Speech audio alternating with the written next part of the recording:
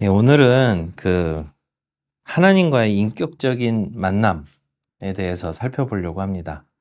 이제 앞으로 셋째 주는 신앙생활 하시면서 이거 되게 궁금하다 하시는 것들에 대해서 답을 드리는 그런 시간을 가지려고 하는데요. 이제 이 질문을 해주셔서 오늘은 이제 그 인격적인 만남이 도대체 뭐냐, 하나님과 만나야 된다라고 하는데 그 주제에 대해서 좀 살펴보려고 합니다. 사실은 유튜브에 보면 굉장히 많은 영상들이 있습니다. 그래서 그것만 계속 보셔도 답이 있을 것 같긴 해요. 근데 어쨌든 너무 무책임하잖아요. 유튜브에 다 있으니까 그거 보세요 이러면 안 되니까. 그래서 이제 살펴보려고 하고요. 또 그렇게 많은 영상 목록이 있다라는 거는 그만큼 많이들 궁금해 하신다는 것이겠죠. 그래서 오늘 이 인격적인 만남에 대해서 이야기를 해보려고 합니다. 이제 크게 인격적 만남이라는 말 자체를 좀 두 가지로 나눠서 생각을 해보려고 해요.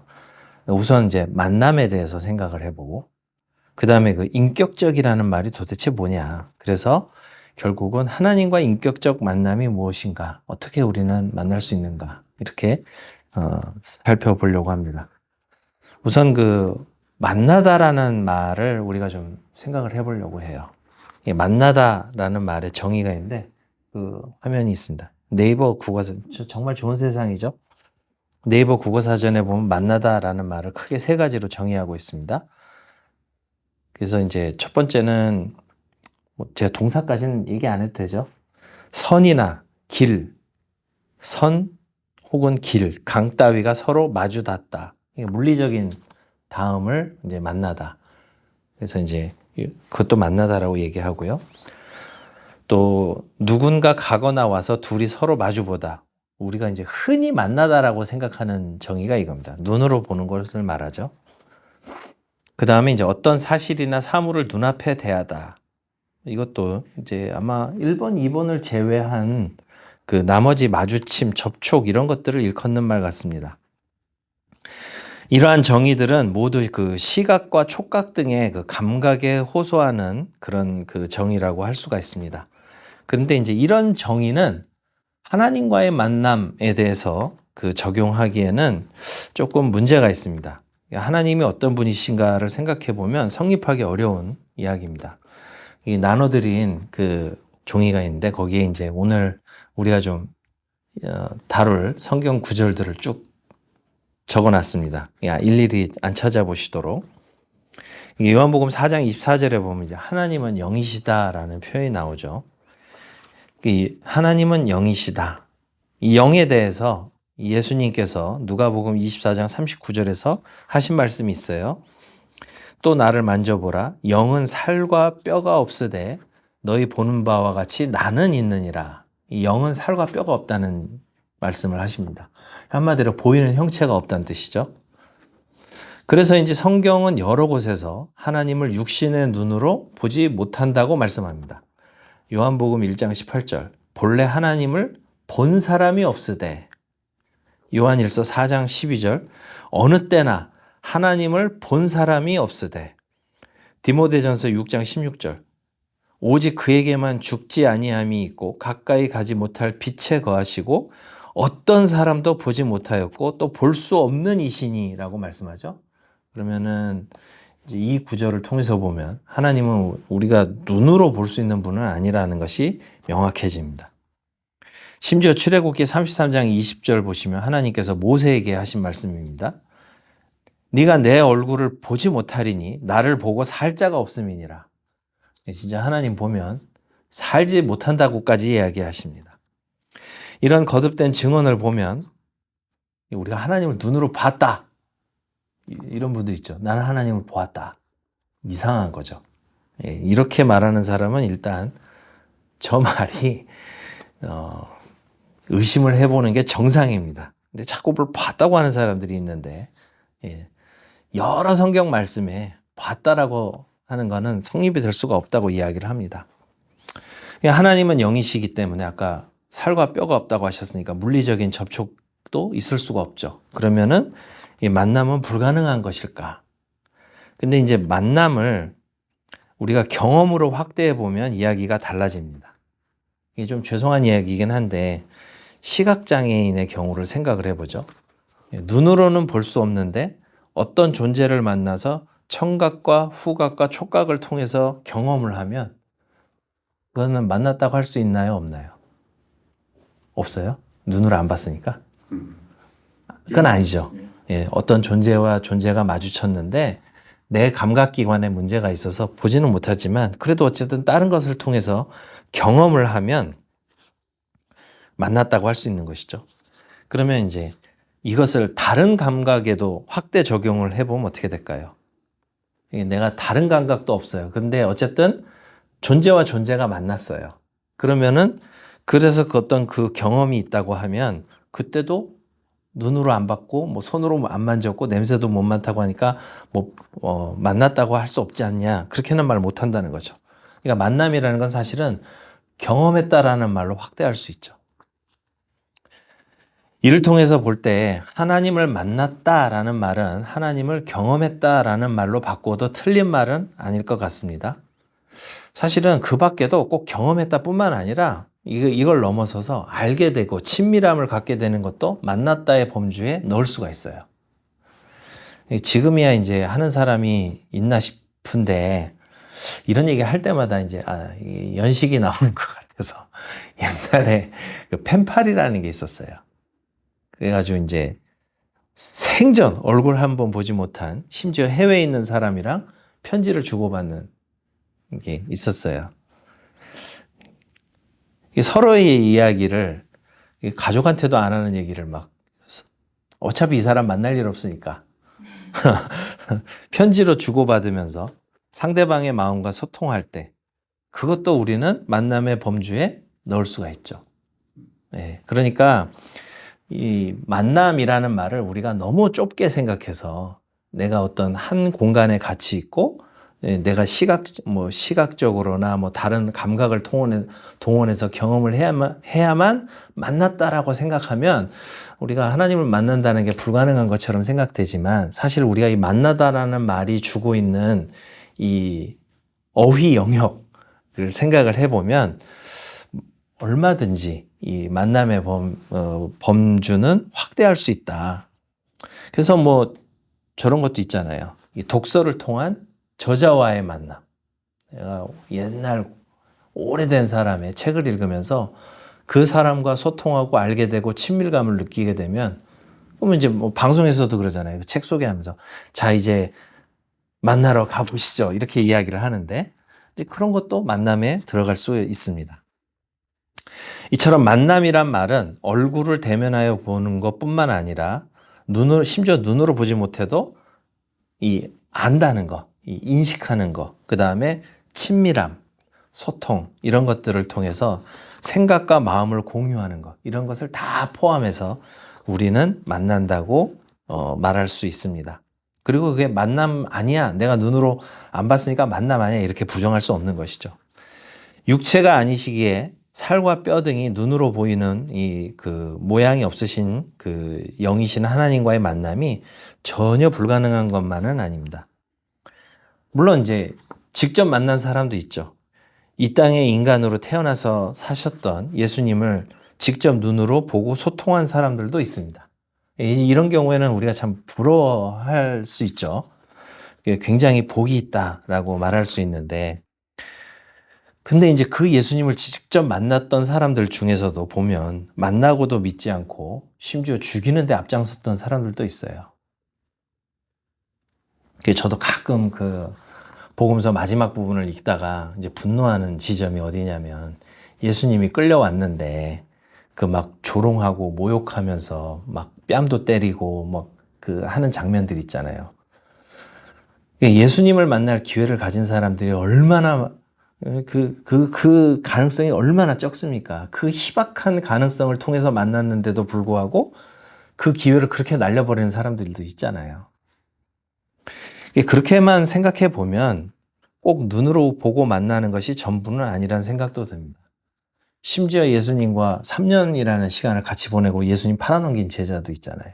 그런 거 보면 꼭 우리가 시공간을 함께하고 눈으로 보는 게 그 되게 좋은 것 같지만 그게 전부는 아니라는 생각을 가져볼 수 있습니다. 실제로 이 눈으로 보는 게 만남의 전부라면 예수님, 부활하신 예수님을 직접 보고 만졌던 도마는 가장 복된 사람이겠죠? 제일 용감하잖아요. 이게 막, 그쵸? 근데 예수님께서 그 제자에게 하셨던 말씀이 보지 못하고 믿는 자들은 복되도다. 요한복음 20장 29절에서 말씀하시죠. 베드로 사도 역시 베드로 전서를 기록하면서 소아시아 여러 지역에 흩어져 있는 나그네로 살아가는 그리스도인들에게 이렇게 편지합니다. 여러분은 뵙지는 못했지만 그리스도를 사랑합니다. 지금도 뵙지는 못하고 있지만 그분을 믿으며 기뻐 뜁니다. 성경 말씀이 되게 부들부들하네 라고 생각하시겠지만 거기 다 써 있습니다. 이 새한글 성경 2025년에 번역된 새한글 성경은 굉장히 부들부들하게 번역해 놨습니다. 예. 여러분은 뵙지는 못했지만 그리스도를 사랑합니다. 지금도 뵙지는 못하고 있지만 그분을 믿으며 기뻐 뜁니다. 말로 표현할 수 없는 영광스러운 기쁨으로 그렇게 하고 있습니다. 라고 말씀하고 있죠. 그러니까 1세기 그리스도인들도 사실은 실제로 예수님 보지 못하고 하나님을 막 눈으로 보고 이런 거 경험 없어도 그분에 대해서 알게 되고 또 친밀함을 느끼고 소통하는 그런 관계 속에서 있을 뿐만 아니라 심지어 사랑한다고까지 이야기를 하죠. 그러니까 가능한 거예요. 그러면 이제 인격적 만남이라는 문제만 해결을 하면 되겠죠. 인격적이라는 말에 대해서 생각을 해보겠습니다. 인격적 만남이라는 표현을 사실 저는 좋아하지는 않습니다. 이 표현이 한국의 사정을 고려하지 않은 채 영어 표현을 그대로 옮겨온 표현이라고 저는 생각하기 때문에 그래요. 영어로 하면 이게 뭐가 될까요? Personal encounter.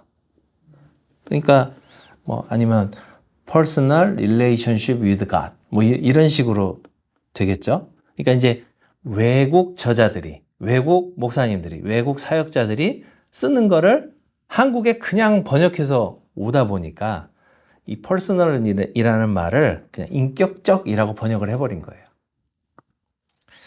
또 모르죠. 이제 또 그거 아닌데 라고 할 사람이 있을 수도 있겠지만 저는 사실은 이 말을 보면 이게 약간 영어 표현에서 온 것 같다라는 의심을 지울 수가 없어요.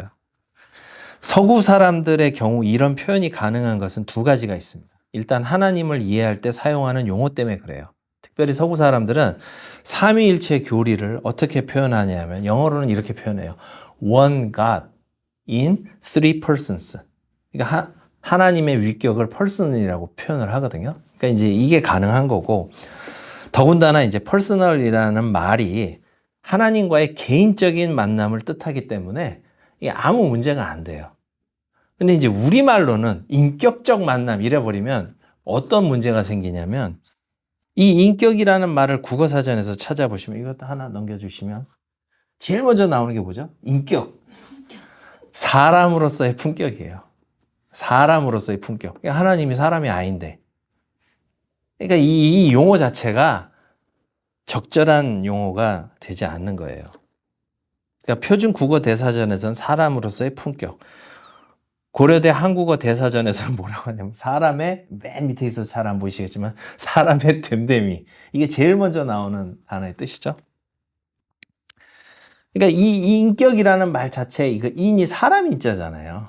그러니까 이 용어가 사실은 우리말 어법에는 안 맞아요. 우리말 어법에는 안 맞아서 저는 개인적으로 인격적 만남이라는 표현을 좋아하지는 않아요. 근데 워낙 널리 쓰고 있기 때문에 제가 아우성 친다고 그거 다 바꿀 일은 없잖아요. 그래서 이건 아무래도 영어 단어를 잘못 옮겨와서 쓰고 있는 게 아닌가. 그렇게 저는 생각을 합니다. 뭔가 시시하네. 이렇게 생각하실 수 있는데, 근데 또 가만히 생각해 보면 장점이 있어요. 참, 이게 단점이 있죠. 인격적 만남이라는 말 자체가 하나님과의 그 관계를 말할 때 성립하지 않는 말임에도 불구하고 장점도 있어요. 그게 뭐냐면 인격적이라는 말이 사실은 뭐에 대비가 되는 말이냐면 비인격적이라는 말에 대비가 되죠. 그래서 그거는 조금 장점이 있다라고 생각을 합니다. 비인격적이라는 말이 뭐죠? 사람을 사람으로서 대우하지 않는 것을 비인격적으로 대우한다고 합니다. 그러니까 한마디로 사람을 사람답게, 그러니까 우리가 이제 꼭 하나님을 사람이라고 생각하지 않고 하나님이라는 분을, 하나님의 존재를 하나님답게 대접하지 않는 것. 그건 이제 비인격적, 비존재적이라고 하면 또 이상하잖아요. 그러니까 차라리 그래서 이게 표현하기엔 또 이게 괜찮겠다라는 생각은 들어요. 근데 어쨌든 우리가 사람과의 관계에서 이야기를 할 때 보면 비인격적으로 대우한다라는 게 뭐냐면 사람을 어떤 물건이나 목적, 수단으로 대하는 것을 우리가 비인격적으로 대한다라고 하죠. 실제로 우리가 하나님을 그렇게 대하는 경우가 많습니다. 뿐만 아니라 이 인격적이라는 말의 반대 개념에 크게 세 가지가 있어요. 앞서 말씀드린 것처럼 이 도구, 수단 이런 것으로 대우하는 것이 비인격적이고 그 다음에 기계적, 법적 하나님을 자판기처럼 대우하는 거죠. 네, 내가 예배도 드려주고 기도도 하고 헌금도 내니까 자 이제 뭐 해주실 때가 됐죠. 이렇게 해서 버튼 누르면 내 소원을 들어주는 이런 기계적 법적으로 대우하는 그런 것도 이제 그 옳지 않다라는 것을 설명할 때 굉장히 좋은 표현 같습니다. 또 일방적, 관념적 이게 이제 그 비인격적인 건데 그러면 이제 인격적은 그에 반대가 되니까 우리가 그냥 하나님을 하나의 그 관념 뭐 계시겠지 뭐 이렇게 생각하는 그런 거에 반대 개념으로서의 그 인격적이라는 말로 이해할 수 있기 때문에 꼭 나쁘지는 않다. 물론 이제 아쉬움이 없지는 않으나 나쁘지는 않다. 이렇게 설명할 수가 있습니다.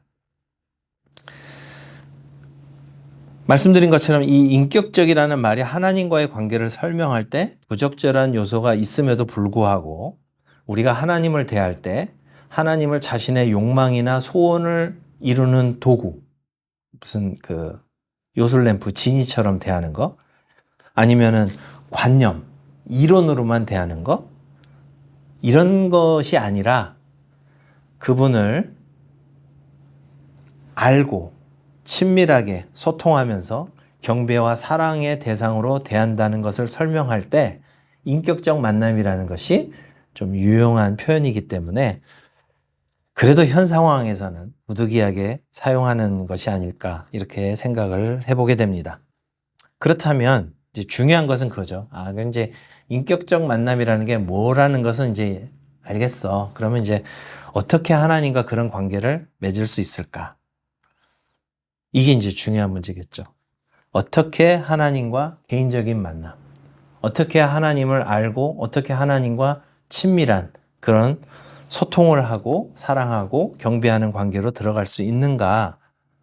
이게 이제 중요한 문제라고 할 수가 있습니다. 하나님과의 만남의 시작은 주님의 말씀을 들음으로부터 시작합니다. 우리가 의사소통할 때 제일 중요한 것은 들음에서부터 시작을 합니다. 보통 관계가 깨질 때는 그 상대방 말을 듣지 않고 듣는 척 하다가 자 됐고 이러면서 내 말만 떠들면 관계가 깨지죠. 오늘 갈라디아서 3장 1절은 사실 이게 인격적 만남에 대해서 설명하는데 왜 이 구절이 본문이냐라고 생각하실 수 있어요. 어리석도다 갈라디아 사람들아 예수 그리스도께서 십자가에 못 박히신 것이 너희 눈앞에 밝히 보이거늘 누가 너희를 꾀더냐. 도대체 이게 인격적 만남과 무슨 상관이 있느냐 이렇게 생각하실 수 있어요. 갈라디아서는 바울 사도를 통해서 복음을 전해 들었던 성도들이 금방 그들이 전해받은 복음 진리에서 떠난 것을 보고 바울 사도께서 놀라서 보내신 편지입니다. 이 갈라디아서의 성격을 제일 잘 보여주는 구절이 갈라디아서 1장 6절이에요.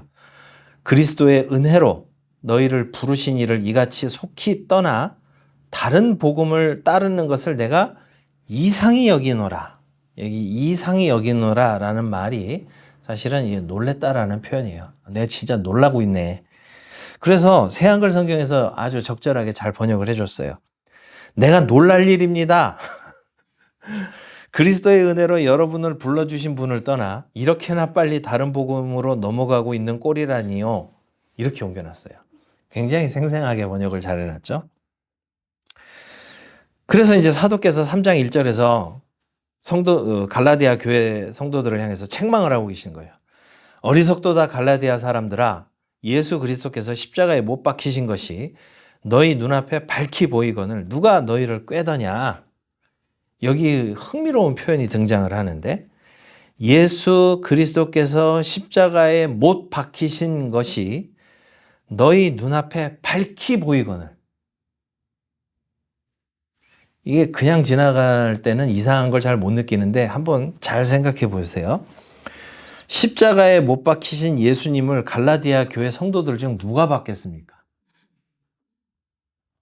본 사람이 없어요.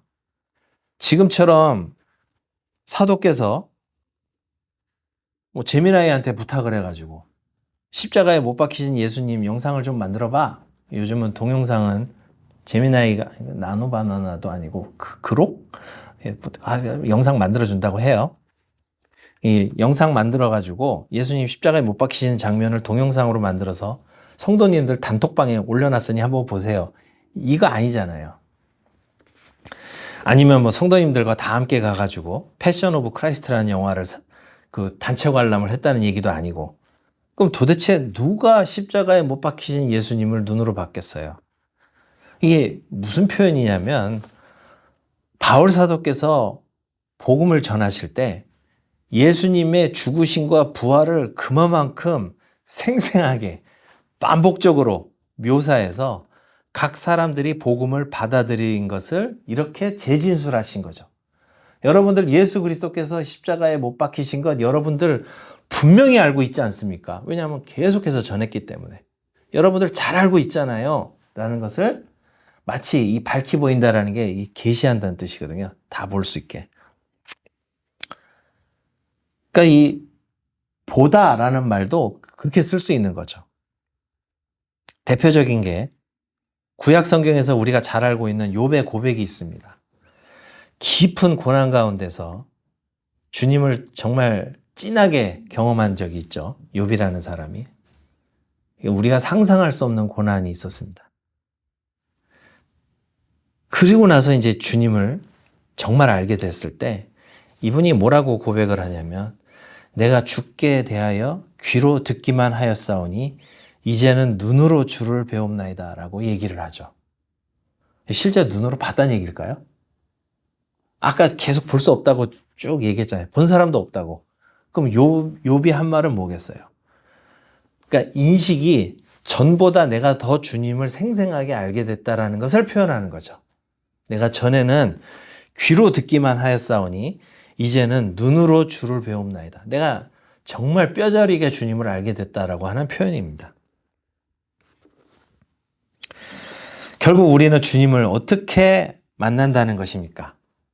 그러니까 말로만 듣고 자기와 무관하게 여기거나 신이 있겠지 하고 관념적으로 여기거나, 혹은 요즘 사람들이 좋아하는 것처럼 그냥 신이 있다면 알라든 부처님이든 하나님이든 내 소원을 들어주세요.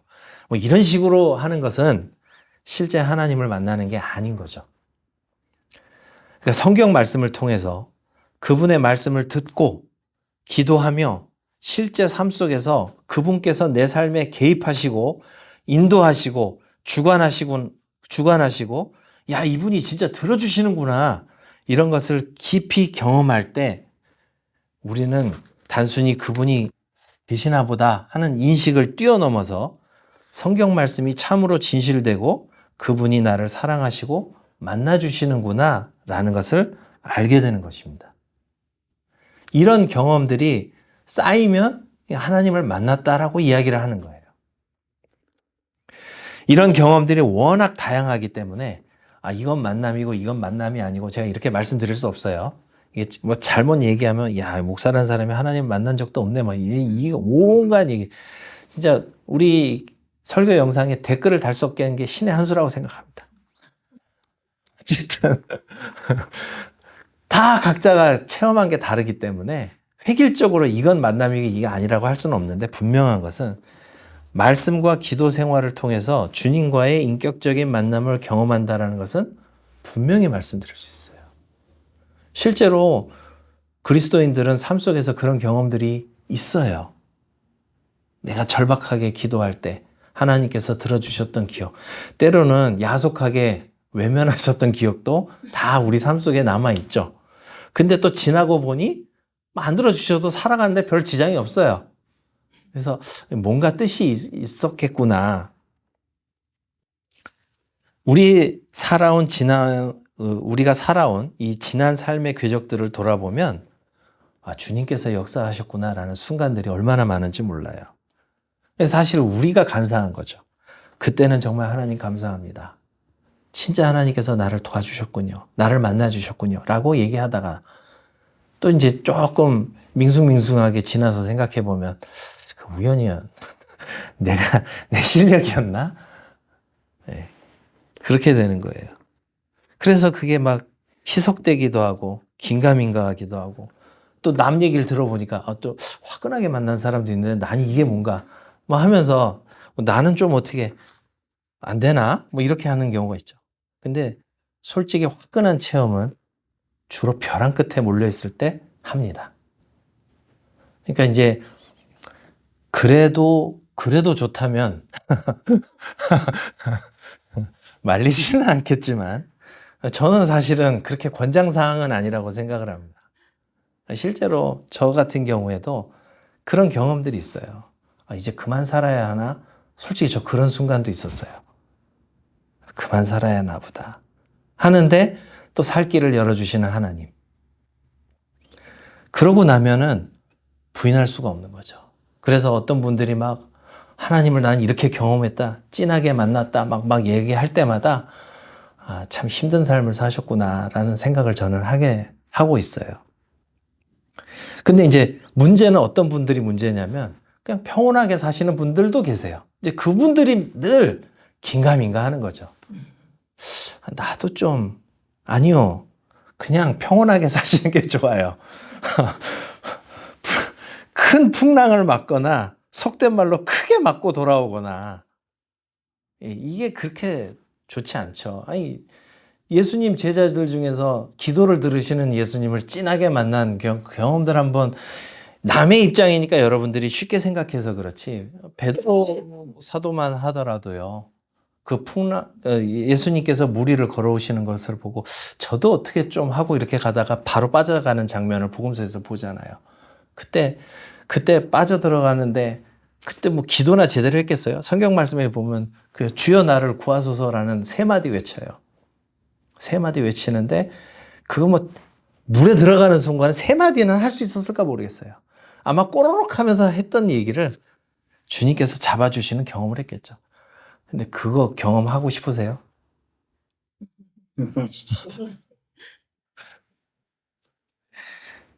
평온하게 살아오든 뭐 긴가민가 하든 큰 풍랑을 맞든 속된 말로 진짜 쳐맞고 돌아오든 이런 모든 것들이 인생에 있어서 켜켜이 쌓이다 보면 우리는 어느덧 주님의 은혜에 깊이 물들어 있게 되는 경우가 많습니다. 흔들릴 수 있고 왜 나는 저렇게 화끈한 체험이 없나 하실 수도 있어요. 근데 직접 배워도 가룟 유다도 나오고 바울 사도께 배워도 그래서 십자가에 달린 그리스도가 보일 정도로 생생하게 배워도 흔들릴 사람들은 흔들립니다. 바울 사도께서도 고린도전서 13장 11절에서 말씀하시죠. 우리가 지금은 거울로 보는 것 같이 희미하나 그때에는 얼굴과 얼굴을 대하여 볼 것이요.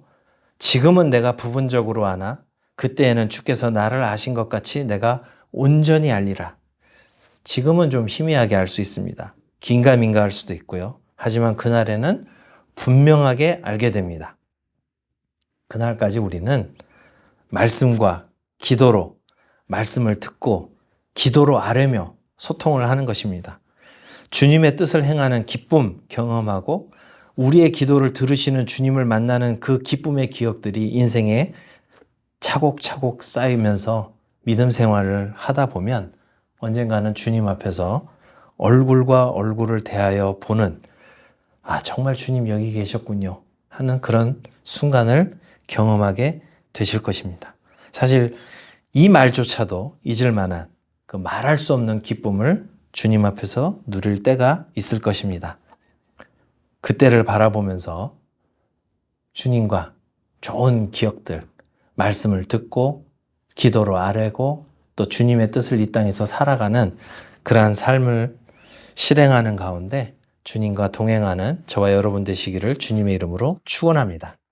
다 같이 기도하겠습니다. 하나님 아버지, 우리가 각자의 체험이 다 다르고 지나온 삶이 다 다르지만은 언제나 신실하게 우리를 붙잡아 주시고 인도하셨던 주님을 기억하고 감사드립니다. 지금은 때로 흔들리기도 하고 또 때로는 긴가민가 할 수도 있지만 언젠가는 주님께서 이 모든 것을 우리에게 확인시켜 주실 그날을 바라보면서 말씀에 순종하고 기도로 아뢰며 계속해서 주님의 뜻을 이 땅에서 실천하며 전진하는 우리 모두가 될 수 있도록 인도하여 주시옵소서. 주 예수 그리스도의 이름으로 기도드립니다. 아멘.